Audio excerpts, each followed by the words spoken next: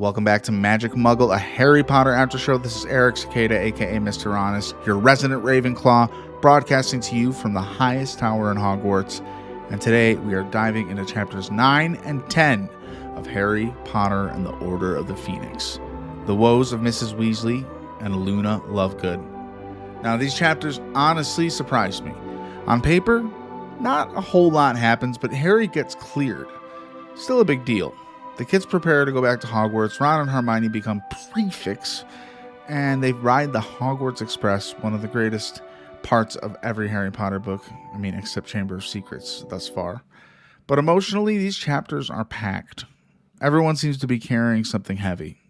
Harry is, Sirius is, Molly Weasley definitely is. Even Arthur Weasley has one of the saddest moments in the entire episode/chapter, and it's only a couple of sentences long. So let's jump into it. We pick up immediately after Harry's hearing. First of all, thank goodness, after everything Harry has gone through these last few chapters, it was genuinely satisfying to see him finally declared innocent. You almost feel his relief pouring off the page. He's going back to Hogwarts. His wand isn't getting snapped. His future isn't being stolen away from him. It's a huge weight lifted. But the chapter immediately reminds us that even victories don't stay uncomplicated for long. Arthur meets Harry outside the courtroom, thrilled that everything worked out, and then something happens that really caught my attention. Percy walks right past them. He doesn't acknowledge Harry, and he doesn't acknowledge his own father. Nothing.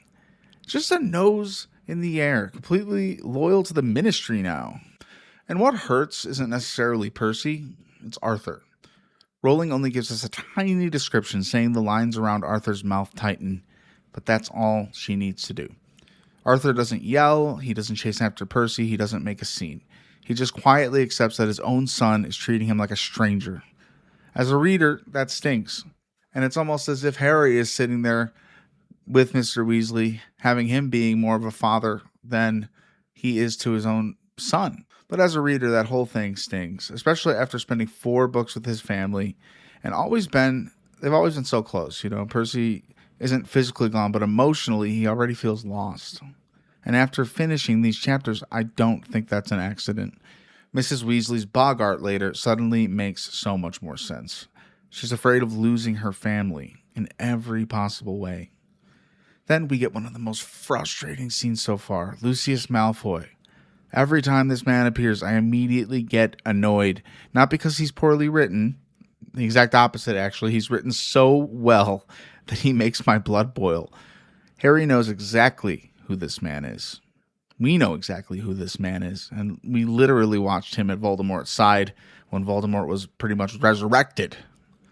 And yet here he is, casually chatting with Cornelius Fudge, the Minister of Magic, inside the Ministry of Magic.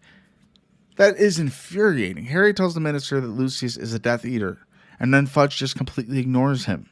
Lucius continues making decisions, continues making connections, continues whispering in the minister's ear.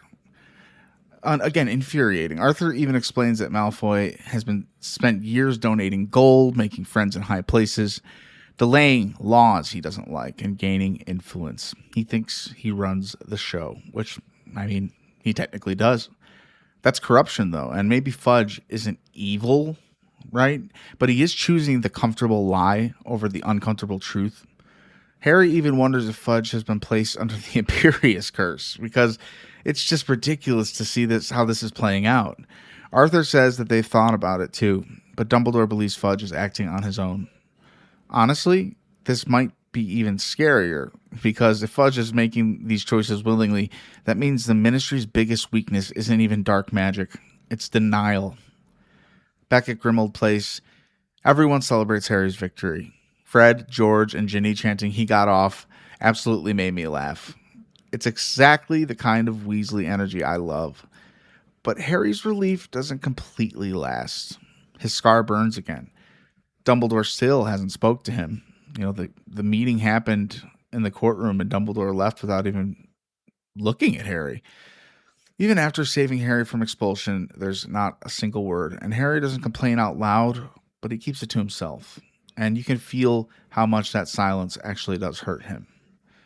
One thing I appreciated here is Sirius. He's genuinely happy Harry is staying at Hogwarts, but once everyone calms down, you could tell something changes. He's quieter, more withdrawn, spending more time upstairs with Buckbeak. Hermione says something I thought was really interesting. She wonders whether Sirius sometimes sees James when he looks at Harry. Not Harry, James. And, that's the second time that's been brought up in a couple chapters, Mrs. Weasley bringing it up last time. I don't know if she's completely right, but I do think that loneliness has changed Sirius. He's been locked away for years, and he's finally got Harry back in his life. Someone that means so much to him because of who his father was. And now Harry's leaving again. And it's understandable. It doesn't make Sirius wrong or selfish. It just makes him human. Then comes one of the biggest surprises of these chapters. Ron becomes a prefect. And I'll have to admit, my first reaction was actually Harry's reaction. I thought, wouldn't Harry become prefect? He's Harry Potter. He defeated Voldemort. He saved the Philosopher's Stone. He defeated a basilisk. He survived the Triwizard Tournament. He survived that graveyard. But then the more I thought about it, the more I realized Dumbledore probably made the exact right choice here. Ron deserves a win. Not everything has to belong to Harry, right? Harry realizes something really important during his internal conversation. He's not upset because Ron has succeeded. He's upset for the first time that he feels a little bit left behind. There's a difference. Harry is 15 years old. Sometimes I think I even forget that. This kid has watched Cedric die. The Ministry calls him a liar. The newspapers attack him. Dumbledore won't even look at him. Now, his two best friends receive badges that set them apart from him. That is hard. And I really appreciate Rowling allowing Harry to wrestle with those feelings honestly. He isn't perfect, but he also recognizes that Ron didn't ask for this. Ron earned it. And Harry makes the decision to genuinely congratulate his best friend. That's growth. Honestly, I'm happy for Ron too. The Weasley family needed some good news. And speaking of the Weasley family, we arrive at what is easily the most emotional centerpiece of these chapters. Mrs. Weasley versus the boggart. Wow. I mean, that scene really hit me because the boggart doesn't become spiders or monsters or Voldemort. It becomes every member of her family dead, one after another. Ron, Bill, Arthur, Fred, George, Ginny, and even Harry, one after another. And that's horrifying. But even more heartbreaking is realizing this isn't just fear. This is what she's been carrying around every single day. She's lived through one wizarding war already. Now another one is beginning. She's trying to smile, cook dinners, take care of everyone, celebrate Ron becoming prefect. Meanwhile, inside her head, she's imagining burying everyone she loves, one by one. That absolutely broke my heart. And sometimes the strongest people in a family aren't fearless. They're people carrying fear so nobody else has to. And it makes me even wonder how harshly Mrs. Weasley is taking it that Percy has pretty much abandoned his parents and aren't speaking to them at all. It hurts in a very specific way. It hurts my feelings. Like if I saw my mom with hurt feelings, like that feeling of I love this person, I respect them so much. I wish I could just take this pain away from them, this worry away from them. This chapter reminds me that she's just as scared as everybody else. Maybe even more. Mrs. Weasley is such a fantastic character, and she takes care of Harry. She's like a surrogate mom at this point. There's another moment that quietly destroys me. Moody shows Harry the original Order of the Phoenix photograph, and at first it almost feels comforting. Harry gets to see his parents smiling, young, happy, together, and then Moody starts naming everyone. Killed, disappeared, tortured into madness, murdered. Suddenly, the photograph isn't comforting anymore. It's tragic, because every single smiling face in that picture has no idea what's coming. Harry sees it too, and I think that's why this chapter ends with him feeling older than ever. He's beginning to understand what war actually costs. Then we move into Chapter 10, Luna Lovegood. Departure Day. I absolutely love Sirius ignoring Dumbledore's instructions. Dumbledore tells him, don't come, bringing Harry to the train. And Sirius says, I'm coming anyway. It's kind of funny because Sirius spends the trip disguised as a huge black dog chasing pigeons around King's Cross. But underneath the humor, it's actually kind of reckless. Sirius is one of the Ministry's most wanted men. If he's recognized, he goes straight back to Azkaban. You understand why he did it. Harry is the closest thing Sirius has to family. But it also reminds us that Sirius isn't perfect and sometimes his heart overrides his judgment. Then we board the Hogwarts Express. And I laugh because the second somebody knocks on Harry's compartment, I knew exactly who it would be. Draco Malfoy in the flesh. It's tradition at this point. If Harry rides the Hogwarts Express, Draco has to show up and be insufferable for 5 minutes. It's like Rowling has a checklist. Harry's on the train? Okay, send Malfoy. And of course, now Draco gets to be a prefect too. That's just wonderful. One line from Draco actually stood out to me though, and also a little bit to Harry. He tells Harry that he'll be dogging his footsteps. Maybe it's just coincidence. Maybe.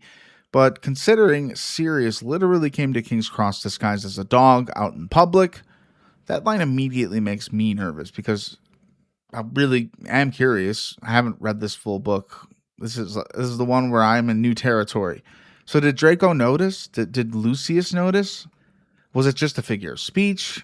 Harry doesn't know. Neither do we, but it's what makes this kind of unsettling because Sirius is still one mistake away from being captured again. Meanwhile, Harry has another emotional hurdle. Ron and Hermione have to leave for the prefect meeting. Harry has never ridden the Hogwarts Express without Ron. For the first time, he's sitting somewhere else. Again, I don't actually see this as jealousy anymore. It's loneliness. Harry just keeps getting separated from people, even when he's surrounded by friends. Thankfully, this is where Luna Lovegood enters the story. And honestly, she's exactly what these chapters needed. Everything has been so heavy. The Ministry, Voldemort, the Daily Prophet, Harry's isolation, Mrs. Weasley's fear. Then Luna walks in wearing butterbeer corks, reading a magazine upside down, speaking complete insincerity about the weirdest things imaginable. She brings innocence back into the story, and not because she's childish, but because she's completely herself. She doesn't care what anyone thinks. She says exactly what's on her mind. She laughs harder than anyone else. She even tells Ron that Padma Patil did not enjoy the Yule Ball. She genuinely thinks Harry is just as sane as she is, and somehow, it's incredibly refreshing. I can already see why Luna Lovegood becomes such a beloved character. She doesn't feel like comic relief. She feels authentic, wonderfully, unapologetically different. I also have to mention poor Harry's timing. Cho Chang finally comes to say hello, and what's happening? He's covered in stink sap, holding Trevor, Neville's frog, sitting next to Neville and Luna, of course. And that's Harry Potter luck right there. I couldn't stop laughing, honestly. The Quibbler was another fun surprise because it makes the Daily Prophet look almost normal. Luna's just reading it upside down like half the trip. Some of those articles had me cracking up. But I also noticed something very interesting. Even though almost everything inside is ridiculous, it isn't controlled by the Ministry. And that could be important later. We'll see. And finally, these chapters end with another mystery. Harry sees strange skeletal winged creatures pulling the Hogwarts carriages. Nobody else seems to be able to see them, not Ron, not anyone else, except Luna. She simply tells Harry, "You're not going mad, you're just as sane as I am," which honestly is both comforting and maybe a little concerning coming from Luna. But it is a fantastic cliffhanger, and we're left asking the same exact question Harry is asking. What are these creatures? And why can only some people see them? You movie watchers, you might know. I kind of vaguely remember, but we're going to keep that until next time. Overall, I absolutely loved these chapters, not because giant action scenes, not because Voldemort shows up yet, but because they remind us that the story has always been about people. People carrying grief, fear, pressure, loneliness, hope. Harry carries isolation. Arthur carries the pain of Percy turning away. Mrs. Weasley carries the fear of losing everyone. Sirius carries loneliness. Ron finally carries confidence. And Luna, well, she carries herself exactly as she is. Meanwhile, Voldemort barely appears, yet somehow his shadow hangs over every single page. That's incredible writing. These chapters quietly prepare us for what's coming, and I have a feeling this school year is only going to get more complicated from here. Thank you so much for listening today. This has been another episode of Magic Muggle, a Harry Potter after show. Again, I'm your host, Eric Cicada, aka Mr. Honest. Please like the show, give it 5 stars, leave a review. It goes a long way. I know you're out there listening. I want more fans with us to just get ready for the new show and to enjoy this ride. Either way, I'm having a heck of a time reading the book at this pace because it really lets you dig deep between the words and take your time. That's what this is all about. But later, I'd like to ideally imagine someone coming across this podcast once all the covering has been finished and they're able to listen through and along with their reading of the books or just alone. Either way, this show, Magic Muggle, it means the world to me, and it means the world that you are here listening. Join our Discord. It's called The Honest Verse. It's in the notes of this episode. You can bring your Harry Potter theories, thoughts, especially on these chapters. Why you love Luna Lovegood, anything. You can also email magicmugglepod@gmail.com, where I will read your replies on the show, and definitely I'll read your reviews that you leave for the podcast on the show. It all means the world. And until next time, wands down, hearts full.